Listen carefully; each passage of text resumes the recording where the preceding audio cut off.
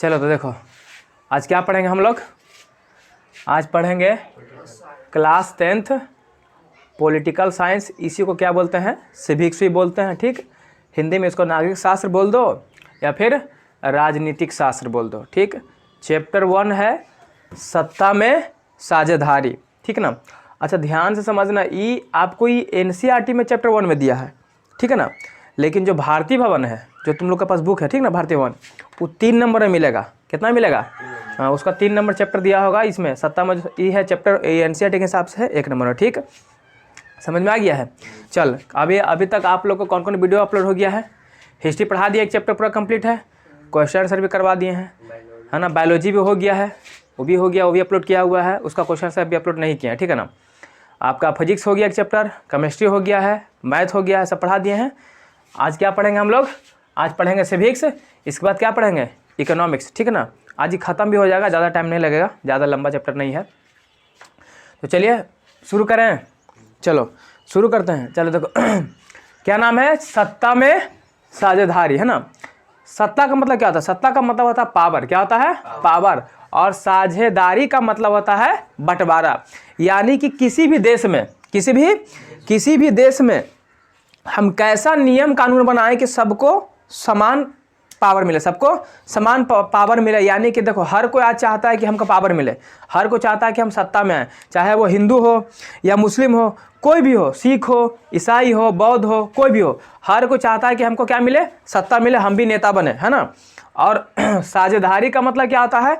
बंटवारा, यानी कि सबको बराबर का बंटवारा किया जाए। जैसे देखो, जैसे समझ लीजिएगा कि भारत में ऐसा है कि मान के चल किसी की संख्या ज़्यादा है, जैसे हिंदू का संख्या ज़्यादा है तो खाली हिंदू जो है वो इलेक्शन लड़ेगा या वही खाली वोट दे सकता है। मुसलमान का संख्या कम है तो मुसलमान नहीं दे सकता है, ऐसा नहीं ना है। सबको बराबर अधिकार दिया गया, सबको समान रूप से बंटवारा किया गया है ना।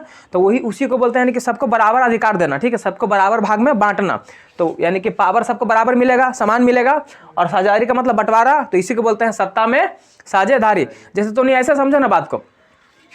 जैसे एक घर होता है ना रे, ये मान लो एक बाप है, ठीक है, एक बाप का 3 बेटा है ना, 3 बेटा, तो तीनों को बराबर बराबर संपत्ति बांटना चाहिए कि नहीं बटेगा? बराबर बराबर बट गया तो एकदम सही है, कोई दिक्कत नहीं होगा, ठीक है ना। और अगर बराबर नहीं बटता तो परेशानी होता है। तो जो बराबर बट गया ना, उसी को बोलते हैं सत्ता में साझेदारी, ठीक है ना। यानी कि पावर में बंटवारा करना। तो यहाँ पर हम 2 देश के बारे में पढ़ेंगे। कितना देश के बारे में पढ़ेंगे? 2 देश के। एक पढ़ेंगे बेल्जियम के बारे में पढ़ेंगे और एक पढ़ेंगे श्रीलंका के बारे में। हम देखेंगे कि बेल्जियम जो है किस तरीके से बेल्जियम में सत्ता में साझेदारी कर करके, मतलब वहाँ के पावर में बंटवारा कर करके बेल्जियम जो है विकसित कर जाता है, विकास कर जाता है। और उसी प्रकार जो श्रीलंका है, वो श्रीलंका में इस तरीके से सत्ता में साझेदारी नहीं कर पाता है, तो वहाँ क्या हो जाता है? गृह युद्ध हो जाता है। क्या हो जाता है? गृह युद्ध। जैसे मान के चल घर में बंटवारा हो रहा है और 3 भाई के बराबर बराबर नहीं मिलेगा और एक भाई को तुम ज़्यादा दे दोगे, 2 को कम दोगे तो युद्ध हो जाएगा ना, घर के अंदर मारा पीटी हो जाएगा, नहीं हो जाएगा कि हमको भी ज़्यादा चाहिए। तो उसी प्रकार से हम यहाँ पर देखेंगे किसके बारे में? तो हम कितना देश के बारे में पढ़ेंगे?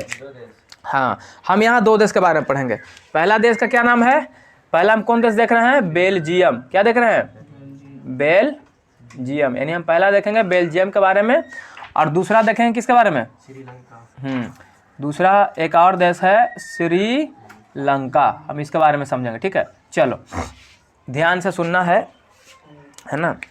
चल अब बताओ, अच्छा बेल्जियम बताओ, बेल्जियम कौन सा महाद्वीप में है? तो बेल्जियम है यूरोप महाद्वीप में। किस महाद्वीप में है? यूरोप महाद्वीप में। कि टोटल महाद्वीप कितना है? 7 है। पहला एशिया महाद्वीप, दूसरा अफ्रीका महाद्वीप, तीसरा उत्तरी अमेरिका, चौथा दक्षिणी अमेरिका, 5वां अंटार्कटिका, 6ठा यूरोप और 7वां ऑस्ट्रेलिया। ऑस्ट्रेलिया जो सबसे छोटा महाद्वीप है और सबसे बड़ा महाद्वीप एशिया महाद्वीप। तो बेल्जियम कौन सा महाद्वीप में पड़ रहा है बच्चा लोग? यूरोप में। तो ये पड़ जाता है, ये हमारा कहाँ पड़ेगा? यूरोप महाद्वीप में पड़ता है। यानी यूरोप महाद्वीप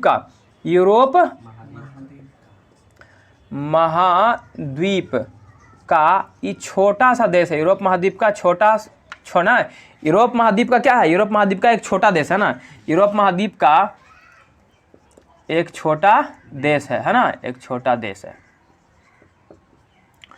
समझ में आ गया? श्रीलंका, तो देख श्रीलंका जो है ना, ये भारत के ठीक नीचे, मतलब भारत के टंगड़ी पकड़ के लटका हुआ है।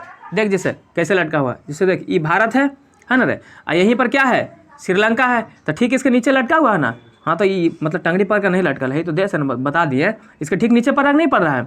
तो भारत जो है कहाँ है, भारत हमारा कौन सा महाद्वीप में पड़ता है बता पहले। एशिया महाद्वीप में पड़ता है। और एशिया महाद्वीप में पड़ता है तो ये जो श्रीलंका है वो भी कहाँ पड़ेगा, एशिया महाद्वीप में ही पड़ेगा। एशिया महाद्वीप में कौन कौन सा देश आता है, हमारा भारत आता है, श्रीलंका आता है, चीन आता है, पाकिस्तान आता है, अफगानिस्तान आता है, मालदीव आता है, जितना भी इसके आसपास में है सब कहाँ आ जाएगा, एशिया महाद्वीप में ही आएगा। तो श्रीलंका कौन सा महाद्वीप में आएगा, हाँ दक्षिण। अभी देख एशिया में कौन सा, ऊपर वाला भाग को उत्तर बोलते हैं, नीचे वाला को दक्षिण बोलते हैं, इधर वाला को पूरब, इधर वाला को पश्चिम। तो ये नीचे दक्षिण में पड़ रहा है, तो ये कैसा एशिया में आ रहा है, दक्षिण एशिया में आ रहा है। तो हम बोले क्या कि दक्षिण एशिया का है, कैसा है, तो श्रीलंका एक दक्षिण एशिया का है ना, यानी कि दक्षिण एशिया का देश है कि नहीं है, दक्षिण एशिया का अच्छा देश है। और देश में भी कैसा देश है, तो सुन देख, इस है श्रीलंका और इसके चारों तरफ तुमको पता होगा समुंदर है कि नहीं है रे, बोलो। ये ना अरब सागर होता है ना, बंगाल की खाड़ी होता है ना, हाँ तो ये चारों तरफ क्या है, समुद्र है, मतलब खाली पानी ही पानी है। तो जिस देश के चारों तरफ, जिस देश के चारों तरफ अगर पानी होता है तो उसको बोलते हैं द्वीपीय देश। क्या बोलते हैं, द्वीपीय देश। तो श्रीलंका कैसा देश है, तो दक्षिण एशिया का एक द्वीपीय देश है। क्या है, हाँ दक्षिण एशिया का एक द्वीपीय है ना, द्वीपीय देश है। यहाँ तक समझ में आ गया, कोई दिक्कत नहीं ना है। तो पूछेगा कि बताइए द्वीपीय देश किसे कहते हैं, तो क्या बोलिएगा, वैसा देश जो चारों तरफ से पानी से घिरा हो या समुद्र से घिरा हो, तो उसको कैसा देश बोलेंगे, द्वीपीय देश बोलेंगे। यहाँ तक समझ में आ गया है। अब समझना ध्यान से आप लोग को अगला पॉइंट, बेल्जियम में देखो बेल्जियम जो है ना, आप लोग हरियाणा जानते हैं, जो भारत का हमारा एक राज्य है। भारत में टोटल कितना राज्य है, 28 राज्य है ना, पहले 29 था लेकिन फिर बाद में हट गया है ना, घट गया, तो कितना हो गया, 28 हो गया। 28 राज्य में एक हमारा राज्य है, कौन सा, हरियाणा राज्य है, जो पंजाब के ठीक बगल में है, छोटा सा राज्य है। तो ये जो बेल्जियम है ये बिल्कुल हरियाणा के जितना ही है, जितना हरियाणा है ना उतना ही में ये भी कौन है, बेल्जियम भी है। तो यहाँ पर क्या लिखेंगे कि बेल्जियम जो है किसके समान है, हरियाणा के समान है। हाँ तो बेल्जियम किसके समान है, हरियाणा के समान है, ठीक है ना, हरियाणा के समान है, ठीक। अब यहाँ पे ध्यान समझना है, इसका जनसंख्या की बात करेंगे कि आखिर यहाँ पर जनसंख्या कितना है। तो बेल्जियम में जनसंख्या जो है लगभग 1 करोड़, कितना, लगभग 1 करोड़। तो ये इसका जो जनसंख्या है, क्या, जनसंख्या जो है लगभग कितना है रे, 1 करोड़ है। अच्छा बताओ भारत की जनसंख्या कितना है अभी वर्तमान में, देख अगर 2011 के जनगणना की बात करेंगे, ठीक है, तो वो 121 करोड़ था, कितना था, 121 करोड़। लेकिन अभी अगर 2023 के हिसाब से देखेंगे तभी हम लोग 140 करोड़ हो गए हैं। सोचो कितना बढ़ गया, 140 करोड़ हो गया ना। आधे की कहाँ है, ये 1 करोड़ है, कितना कम है, तनिक है। अब भारत का क्या नियम चलता है, हम दो हमारे गिन लो, ये ना नियम चलता है, ठीक है। तो यहाँ देखिए, यहाँ 1 करोड़ ना है, कितना छोटा है, तो संख्या कम है, तो संख्या कम है तो एकदम अच्छा से विकास करेगा। संख्या भारत में देख कितना ज़्यादा संख्या है, 140 करोड़, ये कहाँ 1 करोड़, तो इसको विकास करना चाहिए ना, अच्छा से विकास करेगा। अच्छा श्रीलंका में कितना जनसंख्या बताओ जरा, यहाँ पर लगभग 2 करोड़ है, कितना है, श्रीलंका का जो जनसंख्या है वो लगभग कितना करोड़ है, हाँ लगभग 2 करोड़ है। कितना करोड़ है, लगभग 2 करोड़ है। अब यहाँ ध्यान से समझना है, बताओ भारत में तुम लोग देखो, भारत में कौन कौन लोग निवास करता है, हर समुदाय का है, हिंदू है, मुस्लिम है, सिख है, बौद्ध है, ईसाई है, सारे धर्म के सारे समुदाय के लोग रहते हैं कि नहीं रहते हैं। उसी प्रकार से बेल्जियम में, कहाँ, बेल्जियम में भी कुछ समुदाय के लोग रहते हैं, ठीक है ना। तो कितने समुदाय के लोग रहते हैं, तो बेल्जियम में 3 समुदाय के लोग रहते हैं। कितने समुदाय के लोग रहते हैं, 3 समुदाय के। देख ये मान लो कि बेल्जियम जो है ये बेल्जियम हो गया पूरा, ठीक है। और बीच में इसका क्या हो गया, राजधानी हो गया, जैसे भारत का राजधानी होता है ना, नई दिल्ली है, तो वही कहाँ भारत के बीच ही में ना रहेगा, अंदर ही ना रहता है। तो ये बेल्जियम है, तीसरा राजधानी बीच ही में ना रहेगा, कहीं पे भी रहे लेकिन बीच ही में रहेगा। हम यहाँ पर मान लेते हैं कि क्या है, इसका क्या है, राजधानी है। तो यहाँ पर जो समुदाय के जो लोग रहते हैं वो 3 समुदाय के लोग रहते हैं। कितने समुदाय के लोग रहते हैं, एक रहेगा डच, कौन रहेगा, डच। और डच जो है वो 50% से ज़्यादा रहेगा। कितना परसेंट ज़्यादा रहेगा, 50%, यानी कि 59%। कितना परसेंट, 59 है ना, 59% कौन है यहाँ, डच है। कहाँ की बात कर रहे हैं, देखिए ब्राज़ील है ना रे, हम ब्राज़ील, सॉरी बेल्जियम ना, हाँ बेल्जियम, कौन सी है ये? बेल्जियम। तो बेल्जियम में डच कितना परसेंट है? पूरा बेल्जियम में 59% है। कितना परसेंट? 59%। उसके बाद तुम्हारा 40% में जो है वो कौन है? तो फ्रेंच। कौन सी है रे? फ्रेंच। फ्रांस का भाषा है, पता है ना? बताया कि नहीं पता? फ्रेंच फ्रांस की भाषा है। और बच गया कितना? 1%। कितना परसेंट बचा? तो ये 1% में कौन रहता है? तो ये जर्मन है। कौन है? जर्मन। 1% में कौन सी है रे? जर्मन है। तो बेल्जियम में टोटल क्या समुदाय के लोग हैं? 3 समुदाय। डच जो 59% है, फ्रेंच जो 40% है, 1% में क्या हो गया? जर्मन हो गया। हुआ कि नहीं हुआ? लेकिन अब यहाँ ध्यान से समझना है, यहाँ पे 3 समुदाय के लोग निवास कर रहे हैं। कहाँ? बेल्जियम में, ठीक है ना। अब यहाँ पर देखो, ये हमारा बीच में क्या है? राजधानी है कि नहीं? बीच में क्या है? राजधानी है। तो राजधानी में इसका उल्टा हो जाएगा। यहाँ देख, यहाँ पर डच वाला ज़्यादा है और फ्रेंच वाला कम है, लेकिन राजधानी में जैसे देख, मान के चल कि हमारा भारत है, तो भारत में सबसे ज़्यादा कौन है रे? भारत में संख्या किस समुदाय का ज़्यादा है? हिंदू का ज़्यादा है, ठीक है। लगभग 80% क्या है? खाली हिंदू है। लेकिन जरूरी थोड़ा है कि जैसे भारत की राजधानी क्या है? दिल्ली है, तब दिल्ली में किसका संख्या ज़्यादा है? कोई जरूरी है कि वहाँ हिंदू ज़्यादा होगा? हो सकता है कि वहाँ दूसरा समुदाय का ज़्यादा हो, या तो मुसलमान ज़्यादा हो, या बौद्ध ज़्यादा हो, कोई दूसरा समुदाय हो सकता है ना। उसी प्रकार से यहाँ बेल्जियम में, पूरा बेल्जियम में कौन ज़्यादा था? डच। लेकिन राजधानी में जो है ना, राजधानी में ये डच ज़्यादा नहीं रहता, बल्कि कितना ये कम रहता है। ज़्यादा कौन रहता है? फ्रेंच। कौन रहता है? ये 80%। कितना परसेंट? यानी 80% कौन है यहाँ? फ्रेंच है। हाँ, 80% कहाँ है? राजधानी में बता रहे हैं। कहाँ बता रहे हैं? और 20% डच है। क्या परसेंट है? तो 20% बचा ना। देख, टोटल 100% होता है कि नहीं होता है? तो टोटल 100% होता, 80% तो फ्रेंच है, तो बचा कौन? 20% डच है। और ये पूरा बेल्जियम में कौन था? 59% डच था, 40% फ्रेंच था, 99% और 1% जर्मन था। पूरा 100% हो गया कि नहीं हो गया? ठीक। अब यहाँ पर जो जर्मन है वो रहेगा। मान देखिए 1% है, ये था पूरा बेल्जियम में, तो यहाँ पर कुछ रहेगा एकदम नहीं, एक आध को छिटपुटी होगा, तो उसको लिखेंगे थोड़े, पता चलेगा? नहीं पता चलेगा। तो इतना समझ में आ गया आपको बात? चल अब देख, ध्यान से समझना है। ये जो डच है, देख बेल्जियम में सबसे ज़्यादा किसका संख्या है? डच का है कि नहीं है? अच्छा, पहले इधर समझ ले। लगले हम अब जो सा देख लेते हैं, कहाँ? श्रीलंका को भी देख लेते हैं, ठीक है ना। श्रीलंका में देख लेते हैं कि वहाँ कौन कौन समुदाय के लोग रहता है। बेल्जियम देख लिया ना। अब यहाँ देख, श्रीलंका में क्या है? श्रीलंका है। श्रीलंका में ध्यान से देखना है। श्रीलंका में जो तुमको समुदाय मिलेगा, वो भी क्या को मिला? 3 ही को मिलेगा। कितना मिलेगा? एक मिलेगा तुमको सिंहली, जो श्रीलंका का सबसे ज़्यादा जो ज़्यादा संख्या में, जो सबसे ज़्यादा संख्या में है, वो क्या है? सिंहली है। ई तो जाके कितना परसेंट है? 74% है। क्या परसेंट है? 74% कौन सी है? खाली यहाँ सिंहली है। क्या है? 74% सिंहली है। और फिर यहाँ पर मिलेगा तुमको 18% मिलेगा कोची? 18% में मिलेगा तमिल। तमिल नहीं, तमिल। हाँ, तमिल। क्या हो गया? तमिल। 18% कोची है रे? 18% तमिल है। बाकी बचा कितना? 7%। कितना परसेंट? 7% हो गया ना। 7% जो है ये कोची है? 7% है ईसाई। क्या है? ईसाई समझता है? नहीं समझता है। ईसाई जो क्रिश्चियन लोग को मानता है, जो क्रिश्चियन लोग को मानता है, वो कुछ होता है? ईसाई होता है। जैसे तक यूरोप में हम लोग जितना भी देश पढ़े थे, फ्रांस था, जर्मनी था, है ना, इंग्लैंड है, ये सब किसको मानते हैं? ये सब में ईसाई भरा हुआ है। ये सब देश में कौन है ज़्यादा? ईसाई यानी क्रिश्चियन को मानने वाला सब है बस।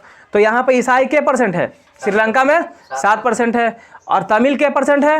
18% है। और सिंहली के परसेंट है? 74% है। तो सबसे ज़्यादा कौन यहाँ पर है? सिंहली वाला है। सिंहली भाषा बोलने वाला सबसे ज़्यादा मात्रा में है। बात समझ में आ गया? अब यहाँ पर ध्यान से देखो, यहाँ पर बेल्जियम में सबसे ज़्यादा डच ना था कि नहीं था? लेकिन डच जो है, ये बेचारा जो है, क्या होता है? डच गरीब होता है। क्या होता है? एकदम गरीब होता है। डच कुछ होता है? गरीब होता है।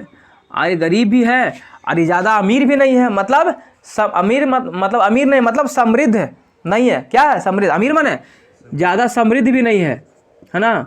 पहला क्या है? गरीब है। और क्या है? समृद्ध नहीं है। समृद्ध समझता है मतलब कि एकदम खूब पैसा कौड़ी ज़्यादा उसके पास है, ज़्यादा ऐश मौज कर रहा है, तो मतलब इसके पास पैसा तो नहीं ना उतना, मतलब गरीब है तो समृद्ध नहीं है। और साथ में क्या है, साथ में ये कम पढ़ा लिखा है। कुछ अरे कम पढ़ा लिखा है, कम पढ़ा लिखा, कम पढ़ा लिखा है। लेकिन देख ये ज़्यादा था, गरीब था, उतना समृद्ध नहीं था, है ना, और पढ़ा लिखा भी कम था। लेकिन इसको देखो, किसको, डच को देखो, सॉरी फ्रेंच को देखो। फ्रेंच जो था वो कैसा था रे, अमीर था। क्या था, हाँ फ्रेंच लोग जो था वो क्या था, अमीर था। और साथ में क्या था, खूब अच्छा समृद्ध था, मतलब इसके पास खूब पैसा धन दौलत था, समझ गया। तो क्या था, समृद्ध है। साथ में ये क्या है, ये अमीर भी है और साथ में समृद्ध भी है, समझ में आ रहा बात को। और साथ में पढ़ा लिखा भी है। क्या है, हाँ पढ़ा लिखा, पढ़ा लिखा है। अब यहाँ ध्यान से सुनना, अब ये जो बेल्जियम में 59% जो तुम देखा कि देख रहा, ये जो डच वाला है ये देख रहा है कुछ कि यहाँ पूरा सबसे ज़्यादा पूरा यहाँ पर हम ही लोग का संख्या है, सबसे ज़्यादा हम ही लोग हैं। लाइट ऑफ कर दो। सबसे ज़्यादा हम ही लोग हैं। आई जो फ्रेंच है हमसे कम है, फ्रेंच हमसे कम है, लेकिन फिर भी सारा जो व्यवस्था है मतलब कि यही लोग सब जगह नौकरी कर रहा है, सब अमीर यही लोग हैं, है ना, बात समझ में आ रहा है। अमीर कौन लोग है, खाली फ्रेंचे लोग अमीर है, और ये लोग खूब पैसा धन दौलत सब बटोर के रखे हुए हैं। कहीं पढ़ा लिखा भी तो यही लोग है, कहीं जॉब भी कर रहा है तो खाली यही लोग कर रहा है। और ये डच वाला देख रहा है कि हमको कुछ है ये नहीं है, हम लोग खाली गरीबी पर गरीब होते जा रहे हैं, और हम लोग उतना समृद्धि भी नहीं है, उतना हम लोग के पास धन दौलत भी नहीं है, और हम लोग उतना पढ़े लिखे भी नहीं है, हम लोग को कहीं पे छूट दिया भी नहीं जा रहा है। तो ये बात को लेकर के जो डच है ना वो नाराज हो जाता है। क्या हो जाता है, नाराज हो जाता है। क्या हो जाएगा, हाँ नाराज हो जाएगा। और जनता क्या करेगा, वहाँ विद्रोह करने लगा। क्या करेगा, यानी 1940 से 50 आते आते 1940 से 50 है ना, 1940 से 50 आते आते 1940 से 50 के लगभग जनता क्या करेगा, हाँ जनता क्या करेगा, जनता विद्रोह कर देगा। बात समझ आई, जनता जो है क्या करने लगा रे, विद्रोह करने लगा। अभी विद्रोह का अलग हुआ, सुनो बतावे कि ये लोग जो है सारा जो है यही लोग खाली जितना कहीं पे नौकरी कर रहा है या कहीं पे कुछ भी कर रहा है, कोई सरकारी व्यवस्था है उसका लाभ उठा रहा है, तो खाली यही लोग को मिल जा रहा है, यही लोग सारा धन दौलत बटोर के रखे हुए हैं, ज़्यादा पढ़ा लिखा भी यही लोग है, ये लोग को कुछ छूट नहीं मिल रहा, बेचारे लोग गरीब है और उतना समृद्धि भी नहीं है, और साथ में कम पढ़ा लिखा है। तो इस बात को लेकर के ये लोग बोला कौची कि हम लोग को भी छूट दो, हम लोग को भी चाहिए अधिकार, हम लोग को भी पावर चाहिए, हम लोग को भी सत्ता चाहिए, हम लोग को भी सामान बंटवारा करो, जो जितना फैसिलिटी लोग को मिला हुआ हम लोग को वो फैसिलिटी मिलना चाहिए। तो ये क्या करता है, जनता लोग विद्रोह करता है। तो विद्रोह करेगा तो किसके पक्ष में, किसके विरोध में करेगा, जो वहाँ सरकार बैठा हुआ रहेगा। जैसे अभी हम लोग को सरकार कौन है, नरेंद्र मोदी है कि नहीं है, तो ये वहाँ पे भी कोई सरकार होगा ना, तो सरकार के खिलाफ विद्रोह करता है।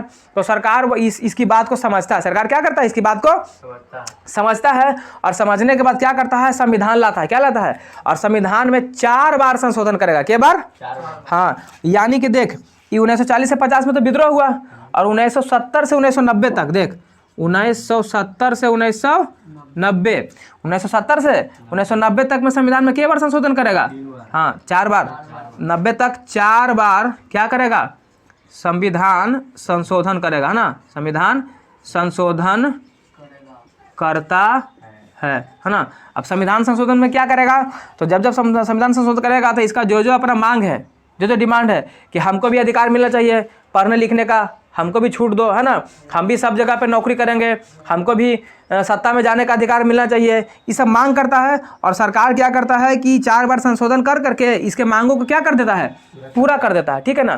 तो ये जो संविधान में जो संशोधन हुआ ना, संविधान में जो संशोधन हुआ इसी को बोलते हैं बेल्जियम मॉडल। क्या बोलते हैं, बेल्जियम, है ना, नीचे दिख रहा है देखो तो, बेल्जियम मॉडल बोलते हैं। क्या बोलते हैं जी, बेल्जियम मॉडल। अब देख तो यहाँ कहाँ ये संविधान में संशोधन हुआ था, बेल्जियम में न रहे, तो बेल्जियम मॉडल बोल दिए। हमारे इंडिया में हो जाएगा, हमारा भारत में होगा, हमारे इंडिया में होगा, तो उसको कौन सा मॉडल बोलेंगे, इंडिया मॉडल बोलेंगे। बात समझ में आ रहा है, तो यहाँ तक कोई दिक्कत है आपको नहीं ना। अब जरा सा यहाँ देख, जब इतना हो गया है ना, अब इतना होने के बाद अब हम किसके बारे में पढ़ेंगे, जरा सा बेल्जियम मॉडल के बारे में पढ़ेंगे। किसके बारे में पढ़ेंगे, बेल्जियम मॉडल के बारे में पढ़ेंगे, ठीक है। तो इसको उतारो, फिर बताते हैं आपको बेल्जियम मॉडल के बारे में। हो गया, चलो देखो तो यहाँ पर बताओ, जो बेल्जियम में जो डच लोगों ने विद्रोह छेड़ा था, डच लोगों ने क्या किया था, विद्रोह छेड़ा था। अब देख विद्रोह डच लोगों ने क्या कर दिया, विद्रोह छेड़ दिया। तो विद्रोह छेड़ में उसका क्या डिमांड था, क्या मांग था, उन लोगों ने विद्रोह इसलिए ना किया था कि यहाँ पर जिस तरीके से आप फ्रेंच वाला को समान अधिकार सबको दे कर रखे हुए हैं कि वो लोग वोट डाल सकता है, वो लोग नौकरी कर सकता है, वो लोग चुनाव लड़ सकता है, तो सारा अधिकार हम लोग को भी दीजिए। यानी कि हमको जो अधिकार, जो उसको आप अधिकार दे रहे हैं, उतना ही बराबर अधिकार आप हमको भी दीजिए। इसी बात को लेकर के वहाँ विद्रोह हुआ और सरकार के द्वारा वहाँ पर समझा गया बात को, और 4 बार संविधान में संशोधन किया गया, जिसको हम क्या बोले थे, बेल्जियम मॉडल। अब हम बेल्जियम मॉडल के बारे में समझेंगे, ठीक है। देखते हैं कि आखिर बेल्जियम मॉडल के अंतर्गत जो संविधान में जो 4 बार जो संशोधन किया गया, उसमें क्या क्या किया गया है ना, तो हम इसके बारे में क्या करेंगे, आप समझेंगे। तो देख, समझना है ध्यान से। चलो देखो इधर। अच्छा बताओ, बेल्जियम की राजधानी कहाँ है, ब्रुसेल्स। कहाँ है रे, हाँ, बेल्जियम की राजधानी ब्रुसेल्स है कि नहीं है। जब यहाँ 40-50 में जनता का विद्रोह हुआ था, तो यहाँ पर संविधान में कितने बार संशोधन किया गया, 4 बार संशोधन किया गया है ना। तो 4 संविधान संशोधन हुआ, कितना संशोधन हुआ, 4 बार संविधान संशोधन हुआ है ना। और ये जो 4 बार संविधान संशोधन हुआ, इसी को हम क्या बोले, बेल्जियम मॉडल। अभी बता ना क्या बोले इसको, बेल्जियम मॉडल। चलो अब हम देखेंगे कि बेल्जियम मॉडल में आखिर क्या क्या संविधान में जो संशोधन किया गया, आखिर सरकार ने क्या क्या, उसकी जो क्या क्या डिमांड थी और सरकार ने क्या क्या काम किए, ठीक है, संविधान में क्या क्या संशोधन किया, उसको समझे। देख, तो पहला जो सरकार यहाँ का जो काम किया था बेल्जियम का, क्या क्या था कि जो केंद्र में सरकार बैठता था, केंद्र में जितना मंत्री लोग बैठते, जैसे कि हम लोग के केंद्र में भी कौन है, नरेंद्र मोदी बैठा हुआ ना, केंद्र सरकार जो सेंटर में होता है, इंग्लिश में सेंटर बोलते हैं, जो दिल्ली बैठता है ना, वो मोदी जी बैठे हुए हैं। तो इन्होंने क्या किया, यहाँ का सरकार ने क्या किया कि केंद्र में जितना भी मंत्री बैठेगा, तो वहाँ पे बताओ कि सबसे ज़्यादा भाषा बोलने वाला कौन था, डच था, और जो कितना था, 59% था, और फ्रेंच कितना था, 40% था कि नहीं था। तो वहाँ पर पहले क्या था, पहले खाली फ्रेंच वाले को ना खाली अधिकार मिला हुआ था, इसी को खाली सत्ता दिया हुआ था, पावर दिया हुआ था। लेकिन जब संशोधन हुआ तो इन्होंने कहा कि नहीं, जितना ये फ्रेंच वाला के जितना मंत्री यहाँ पर बैठा हुआ केंद्र में, उतना ही डच वाला के मंत्री यहाँ होना चाहिए। यानी कि दोनों भाषा बोलने वाले मंत्रियों को केंद्र में क्या कर दिया गया, समान प्रतिनिधि कर दिया गया। केंद्र में जो प्रतिनिधि को समान कर, मतलब बराबर, मान चल 10 को इसका है फ्रेंच बोलने वाला, तो 10 को डच बोलने वाला भी रहेगा। बात समझ में आ गया। तो क्या किया, यहाँ केंद्र में दोनों का समान प्रतिनिधि कर दिया। कुछ कर दिया, पहला काम किया संशोधन जो किया, कहा कि केंद्र में दोनों मतलब दोनों भाषा बोलने वाला, डच बोलने वाला भी और फ्रेंच बोलने वाला भी, केंद्र में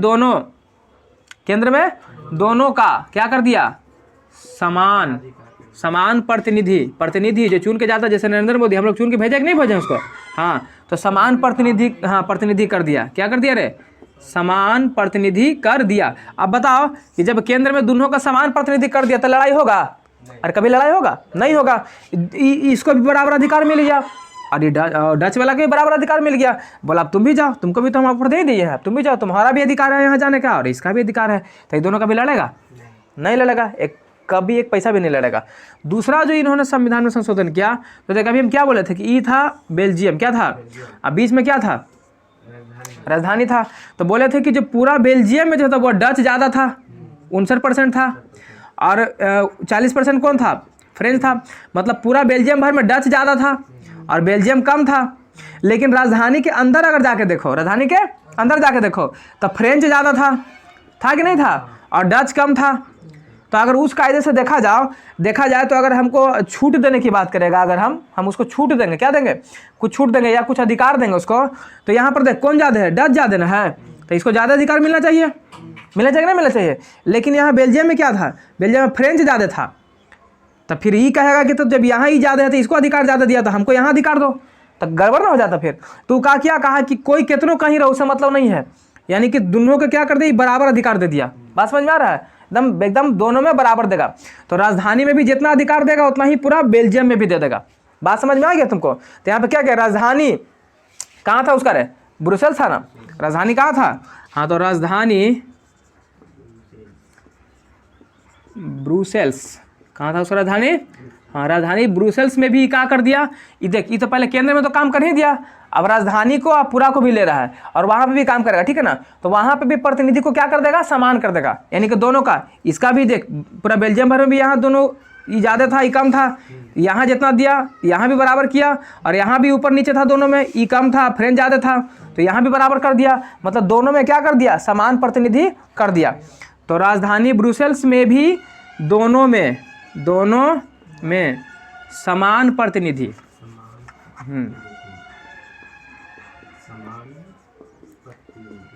समान प्रतिनिधि कर दिया, ठीक है ना, समान प्रतिनिधि कर दिया।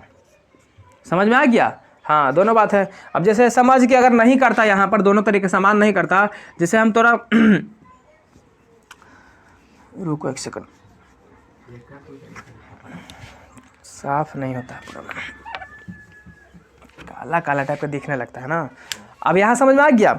अब यहाँ से ध्यान से देखो, तीसरा जो काम करेगा, देखो केंद्र में तो पूरा बराबर कर दिया दोनों को, केंद्र बराबर क्या नहीं किया। तो केंद्र में जैसे हमारा भारत में भी केंद्र में मोदी जी बैठे हुए हैं, तो भारत में ढेर सारे राज्य है कि नहीं है, तो राज्य में भी लोग निवास कर रहे हैं ना जी। तो केंद्र सरकार में आप बराबर कर दें तो राज्य सरकार को भी अधिकार देना पड़ेगा ना हमको, कि नहीं देना पड़ेगा। मैं केंद्र सरकार में जो काम कर रहा था, केंद्र सरकार अपने हिसाब से कर रहा है, तो राज्य सरकार में भी कोई राज्य में भी कोई सरकार होना चाहिए, और वहाँ पे भी हमको बराबर अधिकार मिलना चाहिए। अगर फ्रेंच वाला भी है तो हमको डच वाला के भी मिलना चाहिए, तो समान अधिकार होना चाहिए। तब ये क्या करेगा कि राज्य को भी अधिकार दे देगा। पहले यहाँ केंद्र को तो अधिकार देवे क्या, अब यहाँ किसको अधिकार देगा रे, राज्य को भी अधिकार दे देगा। कहो कि तुम भी शासन चलाओ। जैसे हमारा बिहार राज्य में कौन अभी है, बिहार राज्य में मोदी जी हैं, वाह, अरे नीतीश जी है ना रे, उन मोदी जी तो केंद्र में बैठे हुए हैं, तो पूरा देश कौन चला रहे हैं, मोदी जी चला रहे हैं। तो राज्य को चलाने के लिए कोई चाहिए ना कि मोदी जी चलाएंगे यहाँ आकर के, नहीं ना। तो राज्य को संभालने के लिए हमारा राज्य सरकार होता है, तो कौन है, नीतीश जी हैं। तो उसी प्रकार से यहाँ केंद्र को तो पहले मिल ही गया था, खो ही गया था। अब यहाँ किसको दे रहा है, अब यहाँ राज्य को भी दिया जाएगा। क्या दिया जाएगा, यानी राज्य को भी क्या देगा, अधिकार देगा शासन चलाने के लिए, क्या करने के लिए। हाँ, तो लिखेंगे राज्य को भी अधिकार दिया, राज्य को भी अधिकार दिया। कौची लगी, शासन चलाने के लिए, शासन चलाने के लिए, है ना, कि जाइए अपने राज्य में अपना शासन कीजिए। अब ऐसा भी यहाँ पर एक चीज़ और बताया गया था क्या, कि ऐसा नहीं है कि मान के चलिए कि जैसे कि अगर किसी का संख्या ज़्यादा है, जैसे यहाँ देख पूरा बेल्जियम में किसका, डच का संख्या ज़्यादा था, अब फ्रेंच का कम था, तो सब अधिकार तो सबका समान मिल गया, मिला कि नहीं मिला। तो ऐसा थोड़ा है कि डच वाला कहेगा कि हमारी संख्या यहाँ पर ज़्यादा है तो हमने सब खाली एक मत होकर के एगो फैसला पारित कर दो, हमने के बाद पास हो जाएगा, नहीं। वहाँ पर दोनों भाषा बोलने वाला का सहमति होना चाहिए। भले ही आप संख्या में ज़्यादा हैं, भले आप संख्या में, जैसे देख भारत में हिंदू है सबसे ज़्यादा है, फिर मुसलमान कम है, तो मान के चल कि भारत में यहाँ पर सबको बराबर अधिकार है। हिंदू भी वोट दे सकता है, मुसलमान भी वोट दे सकता है, सिख भी दे सकता है, ईसाई भी, मतलब कोई भी दे सकता है, जॉब भी आप कोई भी कर सकता है, हर कास्ट का लोग चुनाव भी लड़ सकता है, किसी को मनाही है रे, किसी को मनाही नहीं है। अब मान के चलो कि सबको अधिकार है बराबर। अब यहाँ में हिंदू जैसे ज़्यादा है, अब यहाँ का लोग हिंदू कहेगा कुछ कि नहीं यहाँ पर जो है ना हम लोग संख्या में ज़्यादा है तो हम लोग का बात पास होगा, तो ये भी नहीं, ये नियम नहीं दिया गया, ठीक है ना। कहा कि भले तुम संख्या में ज़्यादा है, जब तक दोनों सहमति नहीं देगा नियम नहीं बनेगा। बात समझ में आ गया। तो तीसरा भी खत्म है। अब आएगा एक चौथा नंबर में संशोधन किया जाएगा। एक में क्या करेगा, सामुदायिक, क्या करेगा, सामुदायिक सरकार का गठन करेगा। सामुदायिक सरकार, सामुदायिक सरकार। अब सामुदायिक सरकार क्या होता है, जैसे देखो क्या बताए थे, ये बेल्जियम था, राजधानी था ना रे, तो बेल्जियम में 59% डच था कि नहीं था, और 40% कौची था, फ्रेंच था, ठीक है ना। और ये राजधानी में 80% था कौची, फ्रेंच, और 20% कौची था, डच था कि नहीं था। तो इसका सामुदायिक सरकार कहने का मतलब, ये समुदाय सरकार का मतलब यही कहता है कि जो किसी भी समुदाय का हो, चाहे जिस समुदाय का हो, चाहे तो वो डच का हो या फ्रेंच का हो, वो जिस समुदाय का हो और वो कहीं भी रहे, तो कहीं भी रहेगा तो अपना सरकार को उसको चुनने का अधिकार है, मतलब अपना वोटिंग कर सकता है, कहीं पे भी रहेगा ना तो अपना सरकार को, वो अपने समुदाय के सरकार को वो चुन सकता है।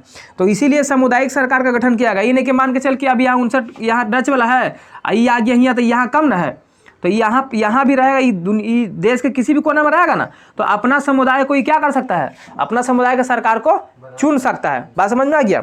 तो एक सामुदायिक सरकार का क्या किया गया, सामुदायिक सरकार का गठन किया गया। क्या किया गया, सामुदायिक सरकार का गठन किया, है ना। तो ये था बेल्जियम मॉडल क्या था।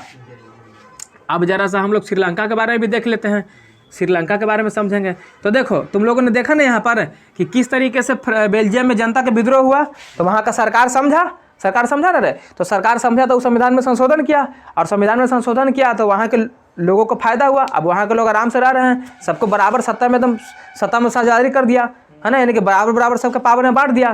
तो वहाँ वो क्या किया, आगे विकास कर गया, विकसित कर गया। लेकिन ये श्रीलंका वाला देखो क्या करेगा, श्रीलंका वाला बहुत गलत काम करेगा, ठीक है ना। श्रीलंका वाला क्या करेगा, श्रीलंका में जब इस तरीके से बात आएगा तो वहाँ सत्ता में साझेदारी नहीं करेगा, और जब सत्ता में साझेदारी नहीं करेगा, रावण कहाँ का था, श्रीलंका का ना था, लंका जी याद हवा ना। हाँ, तो वहीं पे श्रीलंका में रावण जी तो यहाँ रावण वाला बुद्धि लगा दिया, तो रावण वाला बुद्धि लगा देगा तो वही काम हो जाएगा, यहाँ पे बर्बादी हो जाएगा, घर में युद्ध हो जाएगा। क्या हो जाएगा, घर में युद्ध हो जाएगा। तब श्रीलंका के बारे में हम देखते हैं। अच्छा बताओ कि श्रीलंका आज़ाद कब हुआ था, हमारा भारत आज़ाद हुआ था ना, तो श्रीलंका आज़ाद हुआ होगा ना रे, तो कब हुआ था, 1948 में। कब हुआ था, हाँ श्रीलंका आज़ाद हुआ था 1948 में। अच्छा श्रीलंका का राजधानी बताओ, कहाँ है इसका राजधानी,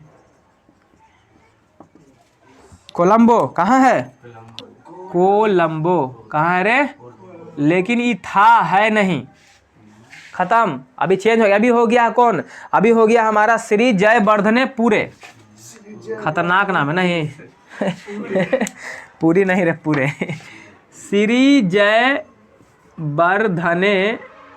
पूरे है ना, श्री जयवर्धने पूरे। ये कहाँ का राजधानी है, श्रीलंका के है। अभी तोनी के हम बता रहे थे कि श्रीलंका में सबसे कौन कौन समुदाय के लोग रह रहा था, तो तूने देखा था क्या था बताओ, 74% था ना रे, कौची था वो, सिंहली था ना, तूने के याद रहता रहा गधावन, हाँ तमिल नहीं तमिल, हाँ तमिल कर ले। क्या परसेंट था, 18% था ना, कौन था, तमिल था, और बाकी बचा क्या परसेंट, 7%। यहाँ कौन था, ईसाई, क्रिश्चियन को मानने वाला था। और तो लोग अभी बोल रहा था हमको कि सर 1%, 99% हो रहा है, 1% कहाँ गया, तो 1% में बड़ी बनी और भी समुदाय के लोग रहते थे, तो पॉइंट में आएगा, तो फिर खिचड़ी ना हो जाएगा, उसको लिखते रहेंगे तो इतना ही लिखेंगे, ठीक है ना, उसको नहीं लिखेंगे। तो अब यहाँ ध्यान से देखना, यहाँ पर सबसे ज़्यादा कौन भाषा बोलने वाला है, सिंहली बोलने वाला है ना रे। तो यहाँ पर जो है फ्रांस में सिंहली लोग ज़्यादा था, और यहाँ पर जितना अधिकार मिला हुआ था सब सिंहली को ही मिला हुआ था। किसको मिला हुआ था, तो ये सिंहली जो है क्या करता है कि आओ थोड़ा बदमाशी कर लगता है, क्या करता है, बदमाशी करेगा और कुछ काम करेगा। काम कब करेगा, 1956 में। और क्या क्या काम करता है जरा इसके काम को हम देखेंगे, ठीक है ना। तो ये क्या करेगा, कुछ बदलाव करेगा श्रीलंका में कुछ क्या करेगा, नियम कानून क्या करेगा, वो अपना नियम कानून लाएगा, बदलाव करेगा। और क्या करेगा सबसे पहले कि यहाँ पर वो क्या करेगा कि सिंहली को राजभाषा बना देगा। ये सोचता है ना, ये क्या सोचता है ना कि हम लोग सिंहली बोलते हैं ना, ये सिंहली बोलने वाला था, ये तमिल बोलने वाला था, और ईसाई लोग जो है ये लोग अपना भाषा बोलता था, ठीक है। तो ये सोचा कौची कि हम सिंहली को पूरा राज्य भाषा बना दें, मतलब हर राज्य में मेरा ही भाषा बोला जाए। जैसे मान के चल कि हमारा भारत में देख के प्रकार बहुत से प्रकार के लोग हैं, हिंदू मुस्लिम सिख ईसाई आपस में है भाई सभी मिलकर रहते हैं ना रे। हर लोग भाषा ही बोलता है ना, कोई उर्दू बोलता है, कोई संस्कृत बोलता है, कोई हिंदी बोलता है, कोई कुछ बोलता है, सब अपना भाषा बोलता कि नहीं बोलता है। किसी को मना करने किया है, कोई कहता है अगर यहाँ पर अगर अभी मोदी जी अनाउंसमेंट कर दें कि आज के बाद यहाँ कोई भी हिंदी नहीं बोलेगा, सब इंग्लिश बोलेगा, तो बोलो तो गुस्सा नहीं आएगा रे, जिसका जो अपना भाषा है वो अपना भाषा छोड़ेगा। कोई अगर उर्दू बोल रहा है तो वो उर्दू ही पसंद करता है बोलना, तो उर्दू ही बोलेगा। जो हिंदी बोल रहा है वो हिंदी ही बोलेगा, संस्कृत वाला संस्कृत बोलेगा, आप कह रहे हैं इंग्लिश बोलिए, तो ऐसे हो सकता है। तो इस प्रकार क्या होगा, विद्रोह ना हो जाएगा, जनता आवाज़ उठाने लगेगा। तो वही काम ये नियम कुछ लगाया, सिंहली कुछ कहा कि ऐसा, ये कुछ कहा कि तोनी का तमिल में नहीं चलेगा। देख तमिल में कौन कौन था, तमिल में था हिंदू, कौन था, और कौन था, मुस्लिम, कौन था रे, हाँ इधर रहता। तमिल में जो 18% में हिंदू और मुस्लिम दोनों रहता था, तो हिंदू अपना भाषा बोलेगा ना रे, और मुस्लिम भी अपना भाषा बोलेगा, अरे नहीं ईसाई है तो ये भी अपना भाषा बोलेगा। आई सिंहलिया वाला कुछ कह रहा था ये सबके कि तोहनी सब हमारे भाषा बोलो, तो ने अपना भाषा छोड़ दो, समझ गया। तो ये गलत काम कर रहा है ना। तो ये क्या करता है, जबरदस्ती क्या करता है, कहता है कोची कि राजभाषा इसको बनाए, क्या करेंगे, तो ये क्या करेगा, सिंहली वाला सिंहली को राजभाषा बना देगा। क्या कर देगा, सिंहली को राज भाषा बना दिया, सिंहली को राजभाषा बना दिया। क्या कर दिया रे? सिंहली को राजभाषा बना दिया। और आपको बताते चले कि जो सिंहली था ये किस धर्म को मानने वाला था रे? ये बौद्ध धर्म के मानने वाला था। किसको मानने वाला था? बौद्ध धर्म को मानने वाला था। अब ये क्या देख रहा है कि भाषा तो हम करवा ही दिए हैं, अब कहते हैं कि तोहनी हमन धर्म के मानो, ठीक है ना। जैसे अभी हिंदू बेचारा ये अपना धर्म मानता है, अपने हिसाब से पूजा करता है ना रे। जैसे हमारे भारत देश में बहुत से लोग के धर्म रहते हैं, हिंदू मुस्लिम सब है। हिंदू अपना धर्म से अपना पूजा पाठ जो करना है अपने हिसाब से करता है, मुस्लिम अपने हिसाब से अपना पूजा पाठ करता है, जैन जो है अपने हिसाब से अपना पूजा पाठ करता है। अब यहाँ पर अगर कोई आके कह दे कि यहाँ जितना भी हिंदू मुस्लिम जितना भी हिंदू है, मुस्लिम है, या जो भी समाज के यहाँ पर लोग रहता है, कल से सब जो है बौद्ध धर्म के मानने पर चलेगा, बौद्ध धर्म का जो रीति रिवाज है वही अपनाएगा। तो ऐसा होना असंभव है रे। तो अगर हो भी जाएगा गलती से तो थोड़ा परेशानी होगा, लोगों को बहुत दिक्कत होगा।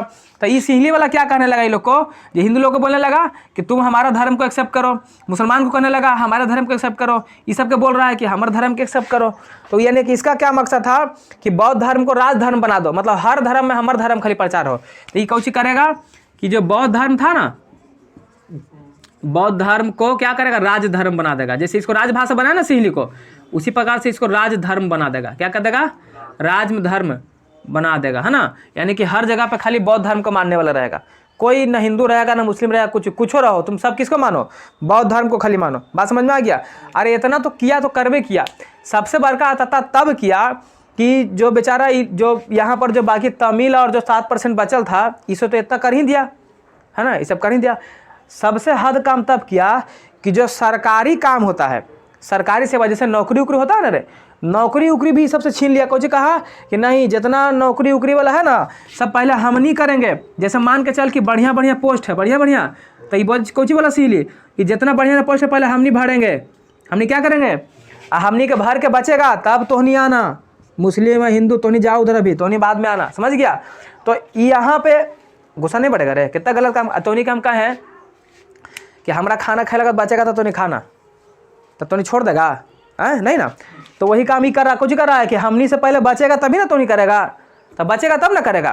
तो ये क्या किया, सरकारी सेवा को क्या कर दिया रे, सरकारी सेवा में सिंहली को प्राथमिकता दे दिया।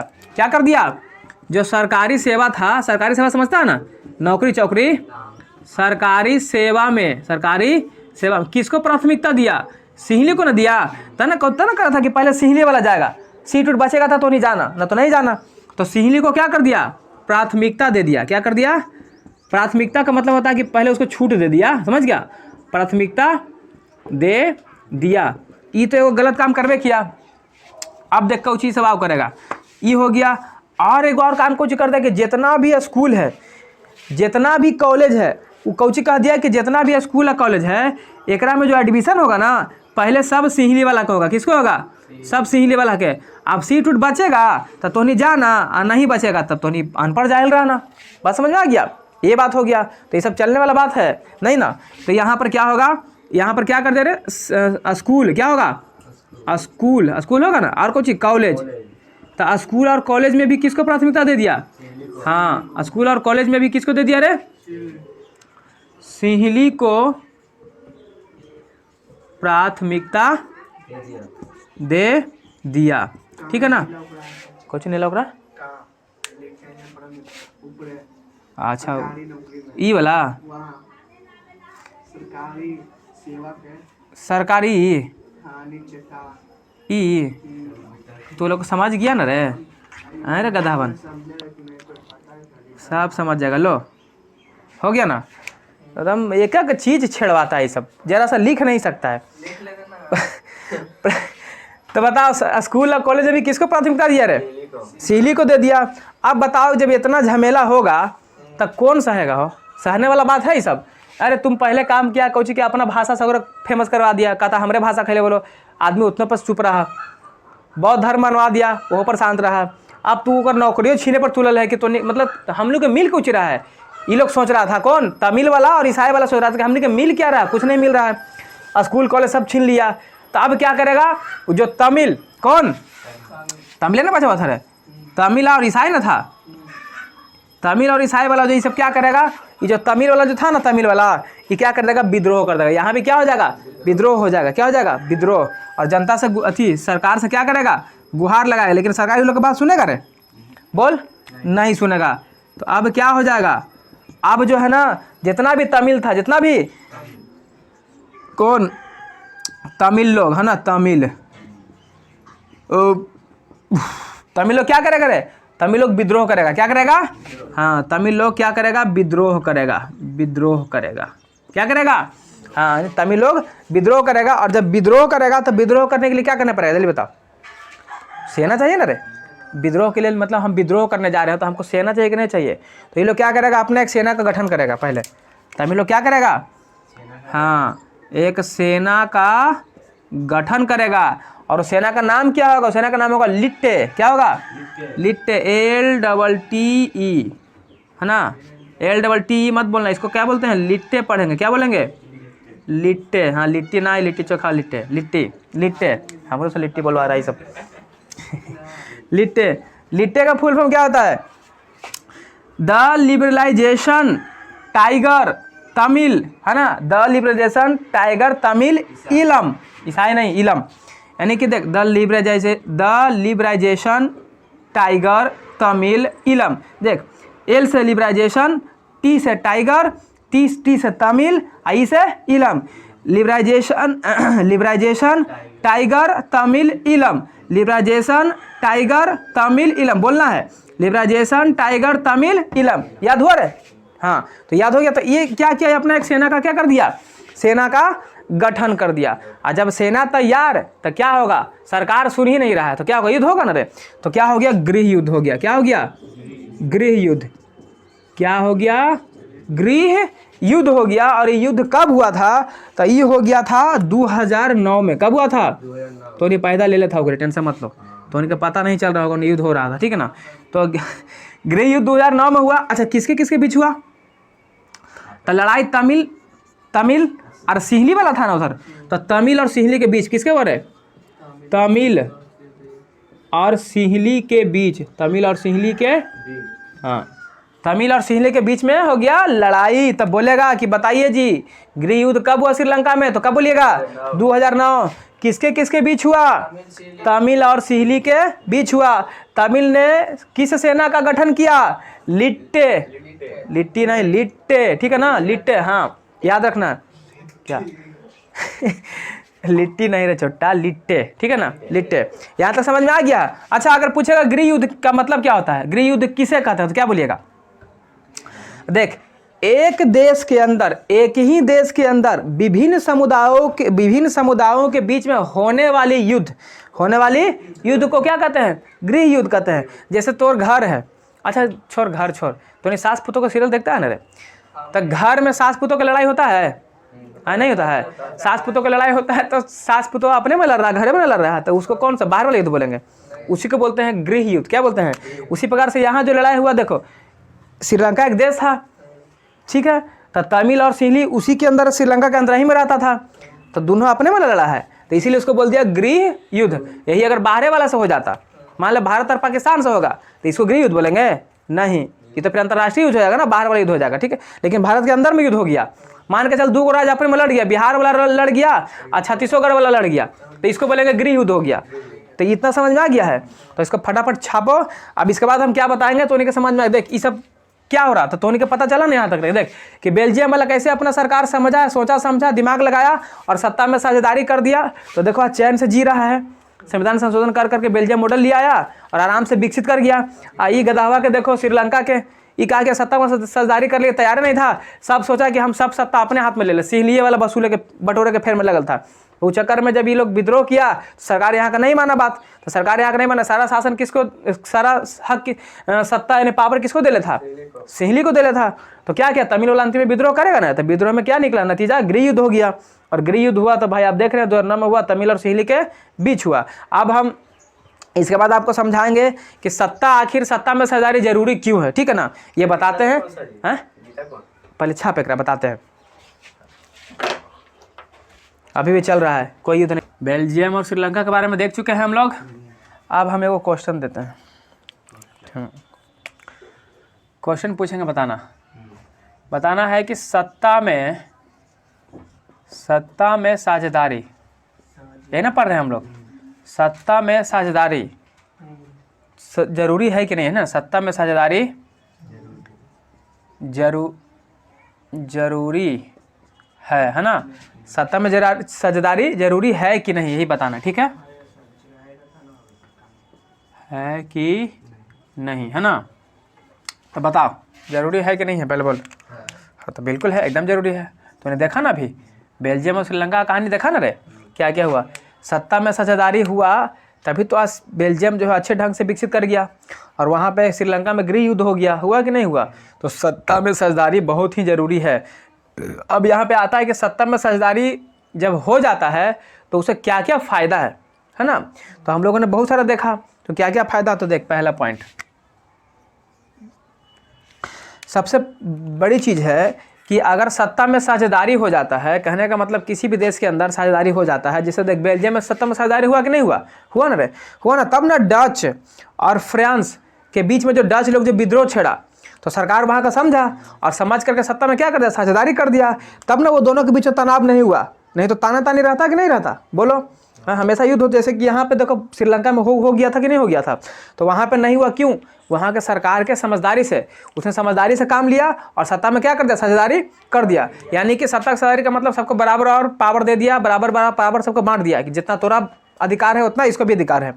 तो किसी से लड़ाई नहीं होगा, मतलब टकराव, बीच में दो समुदाय के बीच में लड़ाई झगड़ा का संभावना नहीं बनेगा। यानी कि दो समुदाय के बीच में जो होगा टकराव कम हो जाएगा। क्या हो जाएगा, टकराव कम हो जाएगा।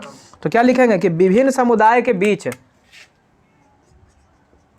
जब सत्ता में साझेदारी किया जाएगा तो क्या होगा, विभिन्न समुदाय के बीच, विभिन्न समुदाय के बीच क्या होगा रे, टकराव कम हो जाएगा। क्या हो जाएगा, टकराव, टकराव समझता है ना, लड़ाई झगड़ा, टकराव कम हो जाएगा, है ना, टकराव कम हो जाएगा। समझ में आ गया। तो सत्ता साझेदारी से पहला फायदा समझ में आ गया। दूसरा कंडीशन क्या हो सकता है, देख दूसरा हो सकता है कि जब सत्ता में सबको अगर बराबर पावर दे दिया जाएगा, बराबर रूप से सत्ता में साझेदारी कर दिया जाएगा, तो सब लोग अपना काम अच्छे ढंग से करेगा कि नहीं करेगा। मतलब मान के चल दो समुदाय का था, तो दोनों समुदाय को बराबर पावर दे दिया गया, दिया कि नहीं दिया गया, तो दोनों जो है देश के विकास में दोनों योगदान करेगा कि नहीं करेगा। ऐसा तो नहीं ना था कि किसी एक को मिलता दूसरा को नहीं मिलता। जैसे कि यहाँ देखो, यहाँ सिंहली को दिया था श्रीलंका वाला में और तमिल वाला को नहीं दे रहा था, तो यहाँ पर जो है देश के योगदान में तमिल वाला हेल्प करेगा नहीं ना करेगा, क्योंकि उसको बराबर का हक नहीं मिला है, तो खाली सिंहली को दे लेता। तो यहाँ पर क्या कहता है कि जब सत्ता में साझेदारी हो जाएगा तो दोनों को क्या हो जाएगा, दोनों जो है देश के विकास में क्या करेंगे, योगदान देंगे। दोनों समुदाय के क्या करेंगे, जितने भी समुदाय का होगा सब यथी योगदान देगा। तो क्या होगा, जब सत्ता में साझेदारी करेंगे तो इससे देश के विकास, देश के क्या, इससे देश के विकास में, देश के विकास में जितना भी समुदाय के लोग रहेगा, यानी कि सभी समुदाय, जितना भी समुदाय वहाँ पर रहता होगा, सभी समुदाय का क्या होगा, योगदान होगा कि नहीं होगा। जैसे देखो, अगर घर में सबको बराबर हक दे करके बंटवारा कर दो, तो घर में कोई भी फंक्शन होगा, कोई भी काम होगा, तो सब मिलजुल के काम करेगा कि नहीं करेगा। अब बेचारा एगो को तो नहीं दिया, तीनों को दे दिया, तो बेचारा एगो काम करेगा ढंग से, वो चिड़ियाल रहेगा नहीं चिड़ियाल रहेगा। तो इसी प्रकार से जब हम सत्ता में साझेदारी कर दिए तो सभी समुदाय के लोग देश के विकास में तो क्या करेगा, अच्छे से काम करेगा। बात समझ में आ गया ना। तीसरा कहता है कि जो सत्ता में साझेदारी है वो आत्मा है। क्या है, सत्ता में साझेदारी, सत्ता में साझेदारी आत्मा है।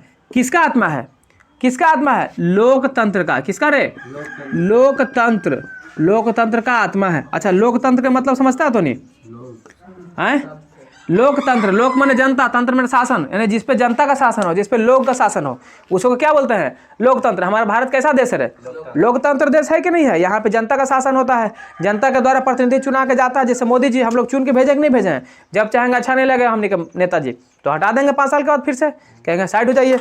बात समझ में आ गया। तो इसी को बोलते हैं लोकतंत्र, यानी कि यहाँ पर जनता को अधिकार मिलता है वोट डालने का, है ना, अपना नेता चुनने का।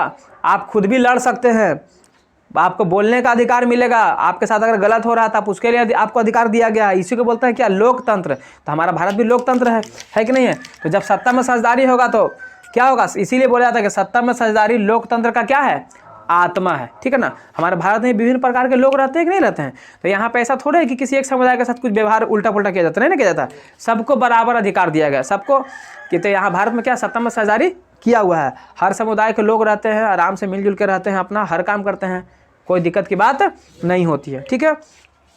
यहाँ तक समझ में आ गया कि दिक्कत है बोल। तो तूने सब देख लिया ना कि सत्ता में साझेदारी कितना जरूरी है। तब पूछेगा सत्ता में साझेदारी जरूरी है कि नहीं, तो क्या बोलेंगे, और यही तीनों को क्या कर देना है, लिख देना है, आंसर हो जाएगा, ठीक है। अब हम देखेंगे आगे, आगे क्या देखेंगे सुन। अब हम सरकार के विभिन्न अंग को देखेंगे, किसको देखेंगे, सरकार के विभिन्न अंग को देखने वाले हैं, ठीक है ना। यानी कि सरकार कैसे कैसे बांटा हुआ है ना, तो हम देख रहे हैं अब सरकार के विभिन्न अंगों का विभाजन करेंगे, है ना, विभिन्न अंगों का विभाजन, सरकार के विभिन्न अंगों का विभाजन। तब विभाजन में भी हम पहला देखेंगे किसका, क्षैतिज, कैसा हो जाएगा रे, क्षैतिज विभाजन। अभी समझाते हैं कि क्षैतिज विभाजन क्या होता है। जैसे समझो, समझना, जैसे देख ये दादा है, क्या है, तोर दादा दादा के बेटा, मान ले 3 बेटा, कितना बेटा रे, चल 4 बेटा, एक बार फालतू, भारत में हम तो हमारे गिन लो, है ना। तो कितना बेटा, तो दादा के संपत्ति पे चारों के बराबर अधिकार होगा कि नहीं है। मतलब कि अगर ये ऐसे क्षैतिज में है तो इसी को क्या बोलते हैं, क्षैतिज, क्या बोलते हैं, क्षैतिज। मतलब इसका जितना इसका हिस्सा होगा उतना इसका भी होगा, उतना इसका भी होगा, उतना इसका भी होगा। मतलब क्षैतिज विभाजन का मतलब सबका क्या रहेगा, ताकत क्या रहेगा, समान रहेगा, मतलब सबके बराबर अधिकार रहेगा, बराबर पावर रहेगा, बराबर शक्ति रहेगा। बात समझ में आ गया। और एक होता है ऐसे उदाग्र, क्या बोलते हैं इसको, जैसे मान ऊपर तो दादा हैं, कौन है, तो दादा के नीचे कौन रहेंगे, उनका बेटा यानी कि बाबूजी, है ना। फिर इनका बेटा, जैसे देख दादा का बेटा होगा ना रे, हाँ, फिर इनका भी बेटा होगा एगो। तो देख सबसे ऊपर कौन है, सबसे ज़्यादा शक्तिशाली कौन, दादा। फिर दादा से नीचे कौन है, बेटा, उनका बेटा, फिर उनका भी एगो बेटा होगा। तो देख, तो जो सबसे ऊपर है वो शक्तिशाली होगा, और फिर उसके नीचे वाला भी थोड़ा सा उससे कम शक्तिशाली होगा, और फिर उसके नीचे आओ तो फिर वो और शक्तिशाली थोड़ा कम होगा। बात समझ में आ रहा है। जिससे दादा सबसे बड़े हुए ना रे, फिर दादा से छोटा कौन, उनका बेटा, फिर उनसे छोटा कौन, उनका बेटा। बात समझ में आ रहा है। तो ई हो गया उदाग्र, इसको बोलते हैं क्षैतिज। समझ में आ गया। तो अभी किसके बारे में पढ़ रहे हैं, क्षैतिज विभाजन के बारे में पढ़ेंगे, ठीक है ना। तो देख क्षैतिज विभाजन को हम कितना भाग में बांटेंगे, ध्यान से देखना। यानी कि सरकार को हम 3 अंग में बांट रहे हैं। कितना अंग में बांट रहे हैं, क्षैतिज विभाजन में सरकार देख 3 अंग में रहेगा। सरकार का 3 अंग है। ये कौन कौन अंग है देखते हैं। देख, एक होता है, पहला होता है व्यवस्थापिका, व्यवस्थापिका।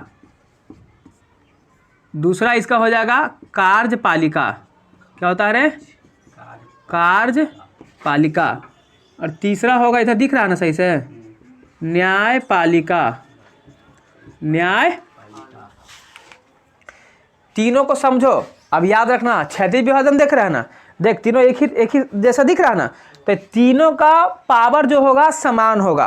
यानी कि जो अधिकार इसको मिला है, जो शक्ति इसके पास है, वही शक्ति इसके पास भी रहेगा, और वही शक्ति इसके पास भी रहेगा। लेकिन तीनों को जो हम बंटवारा कर रहे हैं, तीनों का काम अलग अलग है, तीनों का काम अलग अलग है। ये जो व्यवस्थापिका जो तुमको दिखाई दे रहा है, इसका क्या काम है, तो इसका काम है, जैसे कि देख, इसका काम है कानून बनाना। क्या बनाना, ये क्या बनाएगा रे, हाँ, ये कानून बनाएगा। क्या बनाएगा, कानून बनाने का काम करता है। कानून बनाने का काम कौन करता है, व्यवस्थापिका। जैसे देख, हमने के गांव टोला में चुनाव होता कि नहीं होता है। जैसे देख, अभी बिहार में हमने के चुनाव होगा, मुख्यमंत्री का चुनाव होगा। मुख्यमंत्री जी बनेंगे कि नहीं बनेंगे, तो मुख्यमंत्री जब चुनाव जीतने के बाद कहाँ जाएगा, दिल्ली उल्ली जाएंगे। और दिल्ली में क्या सांसद है कि नहीं है, और सांसद में बैठ करके क्या होगा, कुछ मुद्दा पर बात निकलेगा कि किसी चीज़ को कानून बनाना है, तो वो क्या करेगा, वहाँ से कानून बनाएगा। बात समझ में आ रहा है। तो वहाँ पर तो वो सब जो उसी को क्या बोलते हैं, व्यवस्थापिका बोलते हैं। क्या बोलते हैं, तो व्यवस्थापिका का क्या काम है, कानून बनाने का काम है। यानी कि इस क्या कर दिया, कानून बना दिया। अब जब ये कानून बना दिया है, तो कानून बनाने के बाद कानून को आगे बढ़ाना भी ना है।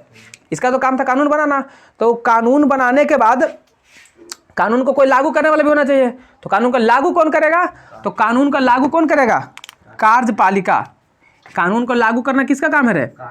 हाँ, तो इसका काम है कानून को लागू करना। क्या करना? लागू करना। अब यहाँ ध्यान से समझो, जैसे मान के चलो कि यहाँ पर संसद में कोई कानून बन गया, संसद में कोई कानून बन गया, तो अब कानून जैसे मान के चलो केंद्र में बैठ के कानून बना दिया, मोदी जी कुछ कानून बना है, कोई भी कानून बना ना रे, जैसे कैसे बताते तुमको, जैसे लॉकडाउन में कानून बना था ना रे कोरोना के समय में, कि कोई भी अपने घर से बाहर नहीं निकलेगा, बाहर नहीं, मास्क लगा के घूमना है ना, सब एक दूसरे से 2 मीटर की दूरी बना के रखना है, ये सब कानून बना दिया। तो कानून कौन बनाया था? व्यवस्थापिका बना दिया वहाँ से। अब इसको लागू कौन करेगा?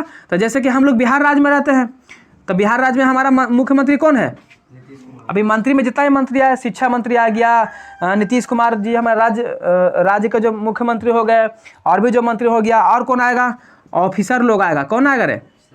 ऑफिसर लोग आएगा कि नहीं आएगा? मतलब पुलिस ऑफिसर बोले तो पुलिस हो गया, ऑफिसर हो गया, पुलिस हो गया। तो जब मान के चल के जो नियम बनाया है कोरोना काल में कि घर से बाहर नहीं निकलना है, तो क्या वहाँ से जो नियम बनाया था वही तुम्हारे घरे घरे आके लागू करवाएगा? नहीं ना करवाएगा, वो तो आगे बढ़ा दिया। तो लागू कौन कराएगा? जो हमारे राज्य में मंत्री है, और जो हमारे राज्य में ऑफिसर लोग है, जो पुलिस वगैरह है, वो लोग देता ना, आता है गली मोहल्ला में सबको रखेत के पैक कर रहा था कोरोना काल में, देखा कि नहीं देखा? तो लागू कौन से यही सब कर रहा है। लागू करने का काम कौन करेगा? मंत्री लोग करेगा, ऑफिसर पुलिस लोग ही सब करता है, तो ये सब लागू करेगा। अब मान के चलो कि जैसे कोई ऐसा नियम, जैसे मोदी जी अभी हमारे सत्ता में बैठे हैं ना, नरेंद्र मोदी जी बैठे हुए कि नहीं बैठे हुए हैं?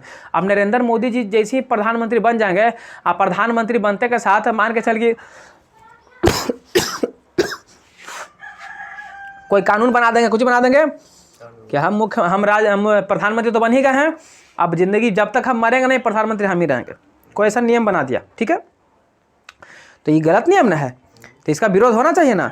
तो कोई तो होना चाहिए जो अगर कोई मनमानी करे। ऐसा तो नहीं है कि आपको पावर मिल गया, सत्ता मिल गया तो आप मनमानी कीजिएगा कि हम अब जब मुख्यमंत्री प्रधानमंत्री बन गए हैं तो हमारे यहाँ तो पावर आ गया है, सत्ता आ गया है, तो हम जो है ना, अब जो मन में आएगा हम करेंगे। अब हम घोषित कर दिए कि अब हम यहाँ का राजा हैं, अब खाली हमारी बात चलेगा।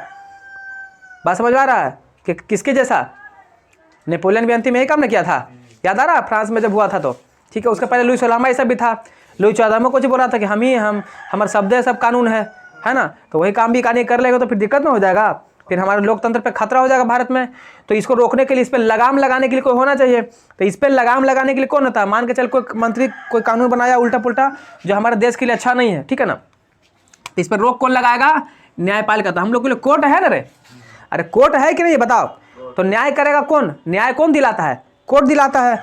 तो ये न्याय करने का काम करेगा। क्या करेगा? न्याय करने का काम करेगा। न्याय करने का, हाँ, न्याय करने का काम करता है। मतलब आपके साथ कुछ गलत हो रहा है, ठीक है ना, जैसे मान के चल तोरा पुलिस पकड़ के ले गया, अब तो चोरी वोरी नहीं किया है, तो तू चला गया भी मतलब का, तो तोरा पे आरोप लगा ना चोरी का, पर तुम तो निर्दोष है, तो तुमको न्याय कौन दिलाएगा? कोर्ट से न्याय मिलेगा। तुम लोग कोर्ट में जाते हो ना, कोर्ट में वकील चुनाएगा, फैसला लड़ेगा तुम्हारे लिए कुछ पेशकशी करेगा, तो कोर्ट तुमको क्या करेगा? न्याय देगा। कोर्ट न्याय देगा ना। उसी प्रकार से मोदी जी अगर मनमानी करेंगे तो हम लोग को उससे कौन बचाएगा? कोर्ट है ना बचा सकता है। तो यहाँ पर देख हम क्या बोले, व्यवस्थापिका, कार्यपालिका, न्यायपालिका, तीनों का अधिकार बराबर है, सत्ता बराबर है, पावर बराबर है, ठीक है ना। अब इसका काम क्या है? व्यवस्थापिका का काम है कानून बनाना, कार्यपालिका उसको लागू करता है, और अगर कोई मान लीजिए कि उल्टा पुल्टा कानून बन जाता है, कोई अपना पद का, अपना सत्ता का दुरुपयोग करना चाहता है, तो उस पर लगाम कौन लगाएगा? न्यायपालिका लगाएगा। यहाँ तक कोई दिक्कत है आप लोग को? नहीं ना। अब इसका दूसरा देखते हैं। तो पहला हम लोग 36 वाला देख लिया ना रे, अब हम लोग इसका दूसरा देख रहे हैं। इसका दूसरा हमारा हो जाएगा क्या कि अभी हम बता रहे थे ना, खड़ा वाला उधरवार्धर विभाजन बोले थे कि नहीं बोले थे? हाँ, तो यहाँ पर आप देखेंगे उधरवार्धर, है ना, विभाजन। देख सरकार के बारे में बता रहे हैं ना, ऊपर लिखल है सरकार के विभिन्न अंगों का विभाजन हम कर रहे हैं। तो पहले क्षति विभाजन पे किए हैं, अब कैसे विभाजन कर रहे हैं? ऊर्ध्वाधर कर रहे हैं। और इसी को हम क्या बोलते हैं? विभिन्न स्तर में विभाजन। क्या बोलते हैं? इसी का एक और नाम है विभिन्न स्तर में विभाजन। विभिन्न स्तर में विभाजन। अब देखो ध्यान से समझना है। तो यहाँ जो होगा सबसे ऊपर कौन होगा? तो सबसे ऊपर होगा केंद्र सरकार। कौन होगा रे? हाँ, सबसे ऊपर, सबसे ताकतवर। जैसे हम लोग भारत देश में सबसे ऊपर, सबसे ज़्यादा ताकत किसके पास है? केंद्र सरकार के पास है मोदी है ना, केंद्र में मोदी ना बैठा हुआ है, तो केंद्र के पास ज़्यादा ताकत है। और केंद्र से नीचे कौन होगा? राज्य होगा, राज्य सरकार जहाँ मुख्यमंत्री होता है। और राज्य के नीचे आओगे तो कुछ ही मिलेगा, स्थानीय सरकार, जैसे गांव टोला होता है ना रे, पंचायत हो गया, स्थानीय सरकार। देख ध्यान से, सबसे ज़्यादा ताकत किसके पास है? और उसके बाद किसके पास पावर है? उससे कम सरकार राज्य सरकार, राज्य सरकार से कम किसके पास है? स्थानीय सरकार। अच्छा, केंद्र सरकार में कौन आएगा? हाँ, मोदी जी। अभी कौन बैठे हुए हम नहीं करे? अरे मोदी जी बैठे हुए, नरेंद्र मोदी बैठे हुए ना रे। हाँ, और राज्य सरकार में अभी हम लोग का कौन बिहार का है बताओ? नीतीश जी बैठे हुए हैं। इसमें कौन आएगा? तो इस शंभू है ना। अरे शंभू तो ठीक है, हम लोग तो अब ना नगर निगम में आ गए। ठीक है, यहाँ देख, तो स्थानीय सरकार अब यहाँ जैसे मंत्री बोल दिया रे, मुखिया उखिया होता है ना रे गाँव में, गाँव पंचायत होता है कि नहीं होता है? स्थानीय में जो होता है क्या होता है? मुखिया ना होता है हम लोग का, मंत्री, इसको मंत्री ही बोल सकते हैं, मुखिया हमारा हो जाएगा। क्या हो जाएगा? मुखिया हो जाएगा। अब ध्यान से समझना है, तो अब केंद्र सरकार जो है अगर कोई नियम बनाता है, केंद्र सरकार अगर नियम बनाता है तो किस पर बनाता है? तो केंद्र सरकार जो नियम बनाएगा वो संघ सूची पर बनाएगा। किस पर बनाएगा? संघ सूची। संघ सूची पर कौन नियम बनाता है? केंद्र सरकार। पूछेगा कि केंद्र सरकार किस पे नियम बनाता है तो क्या बोलेंगे? संघ सूची। अच्छा, राज्य सरकार किस पे नियम बनाता है? तो राज्य सरकार बनाता है राज्य सूची पे। किससे बनाता है रे? राज्य सूची। तो राज्य सूची में पूछेगा राज्य सूची पे कौन सरकार जो है थी अपना वो बनाता है, नियम बनाता है, तो राज्य सरकार बनाता है। और एक होता है समवर्ती। क्या होता है रे? समवर्ती। सम मने बराबर, सम मने मतलब कि देख, एकरा पर कौन कौन बनाएगा? तो एकरा पर केंद्र वाला भी बनाएगा समवर्ती में, और राज्य भी, यानी कि केंद्र का और राज्य का दोनों का यहाँ बराबर अधिकार होगा। यानी केंद्र भी बना सकता है और राज्य भी बना सकता है। और कभी कभी ऐसा ना हो जाएगा, मान के चल कि एक ही मुद्दा पर दोनों बना रहा है, एक ही मुद्दा पर दोनों नियम बना रहा है, तो नियम फॉलो किसका होगा? किसका बात पास होगा? तो बात पास केंद्र की, ताकतवर सबसे ज़्यादा पावर इसके पास ना है, तो जिसका पास ज़्यादा पावर रहेगा बात थोड़ा ना चलेगा रे। जो जितने ज़्यादा शक्तिशाली रहेगा वही जीतेगा। तो ये ताकतवर है, ये पावरफुल है, तो इसका बात पहले पास हो जाएगा, इसका बात पास नहीं होगा। यानी मान लीजिए एक बात पास हो गया, एक पास हो गया, लेकिन ये दोनों में बात किसका रखाएगा? केंद्र का, राज्य का नहीं। तो समवर्ती पे कौन कौन बना सकता है? केंद्र सरकार और राज्य सरकार दोनों बना सकता है। और केंद्र सरकार ऐसे बनाता है किस पे? संघ सूची पे बनाता है। किस पे बनाता है? संघ सूची पे, है ना। और राज्य सरकार राज्य सूची पे बनाता है। बोल, यहाँ तक समझ में आया? अब जैसे देख, संघ सूची में क्या क्या आ सकता है, अब जैसे समझाते हैं यहाँ पर। जैसे मान के चल कि रेलवे पे, जैसे रेलवे पे कुछ नियम कानून बनाना है, तो वहाँ पर थोड़ा ना नीतीश जी बनाने जाएंगे। कौन बनाएगा रे?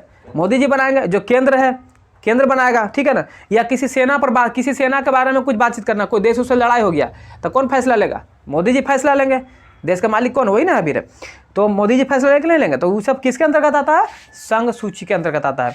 तो कहेगा कि राज्य सूची के अंतर्गत कुछ आता है जो यहाँ पर नियम बनता है। जैसे राज्य सूची में कुछ हमारा देख, हमारा स्वास्थ्य आ गया कि बिहार राज्य का कैसा स्वास्थ्य है, तो इस पर नियम कौन बनाएगा? नीतीश जी बनाएंगे, नहीं राज्य सरकार बनाएगा, राज्य सूची के आधार पर बनाएगा, ठीक है ना। बिहार पुलिस हो गया, बड़ी बड़ी पुलिस होता है, बिहार पुलिस हो गया, महाराष्ट्र पुलिस हो गया, सब अपना अपना राज्य का अलग अलग पुलिस है कि नहीं है रे। तो इस पर ये सब राज्य सूची के अंतर्गत आता है। किसके अंतर्गत आता है? राज्य सूची के अंतर्गत आता है। अच्छा, समवर्ती सूची के अंतर्गत कुछ आता है, तो समवर्ती में देख कुछ आएगा। समवर्ती में शिक्षा, देख बिहार सरकार भी अपना शिक्षा पे अथी बनाता है, नियम कानून बनाता है, ठीक है ना। और केंद्र सरकार भी शिक्षा पे बनाता है। देख, बिहार सरकार का भी स्कूल होता है ना, तो राजकीय स्कूल बरनी है ना, राजकीय स्कूल अपना, राजकीय मध्य विद्यालय बरनी। उसी प्रकार से केंद्र सरकार का भी स्कूल होता है, केंद्रीय विद्यालय होता है कि नहीं होता है।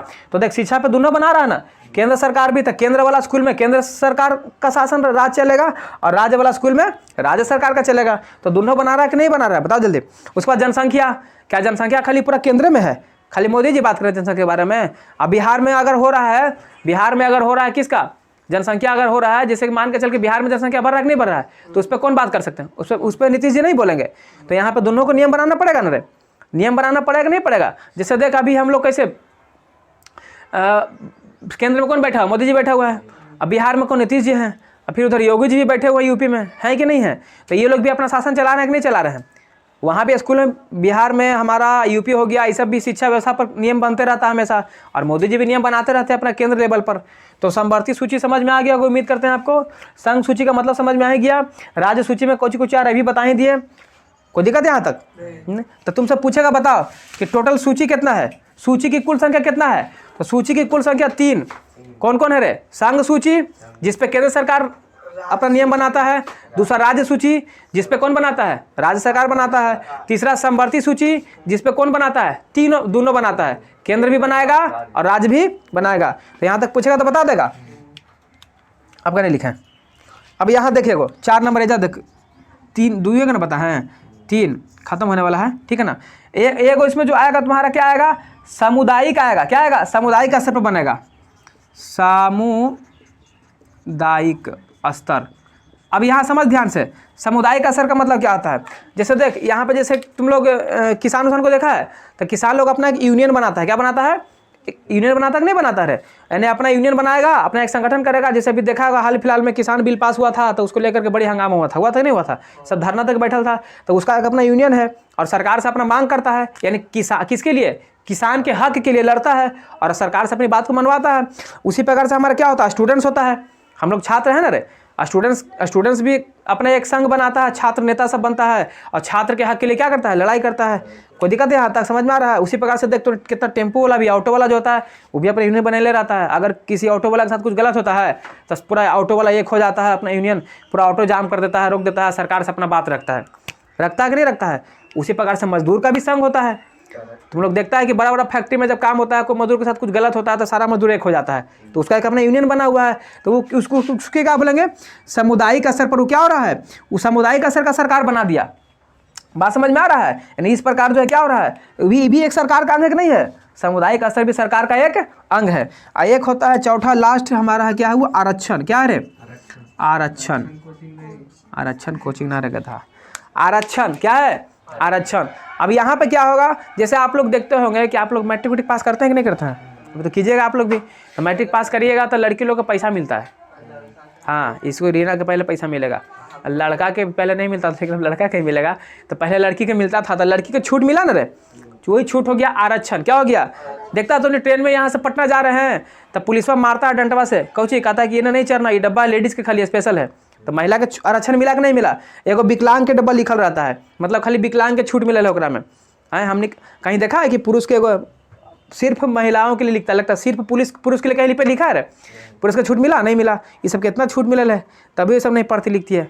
अब बताओ, तो इसीलिए बता रहे हैं क्या? उसके बाद आप बताते हैं विकलांग को छूट मिलता है, महिला डिब्बा ट्रेन वाला में मिलता है। तो ये सब क्या है? आरक्षण है ना। यहाँ पे बहुत समुदाय के लोग रहते हैं, कोई नीचे समुदाय के हैं, कोई ऊंचे तबके के लोग रहते हैं, तो नीचे वाले समुदाय को ऊपर उठने के लिए भी छूट दिया जाता है, आरक्षण दिया जाता है कि मैट्रिक में मान के चल के तुम इतना % लिया हो तो एग्जाम में इतना % लाओ तो नौकरी हो जाएगा। दूसरे वाले को मान के चलो उच्च श्रेणी वाले को 60% लाना है तो उसको 40% पर नौकरी हो जा रहा है। तो ये सब क्या है? आरक्षण है। क्या है? इसको बोलते हैं आरक्षण। तो ये भी क्या है? ये भी सरकार का एक अंग है। सरकार का एक भी अंग है कि नहीं है? हाँ, इस प्रकार चैप्टर हो गया स्वाहा, ठीक है ना। अब इसका क्वेश्चन आंसर हम लोग देखेंगे और इसके बाद क्या पढ़ेंगे? इसके बाद पढ़ेंगे इकोनॉमिक्स, है ना, अर्थशास्त्र पढ़ेंगे, ठीक है ना। इसका पिता बता दिए थे ना रे? नहीं, क्या बताते हैं?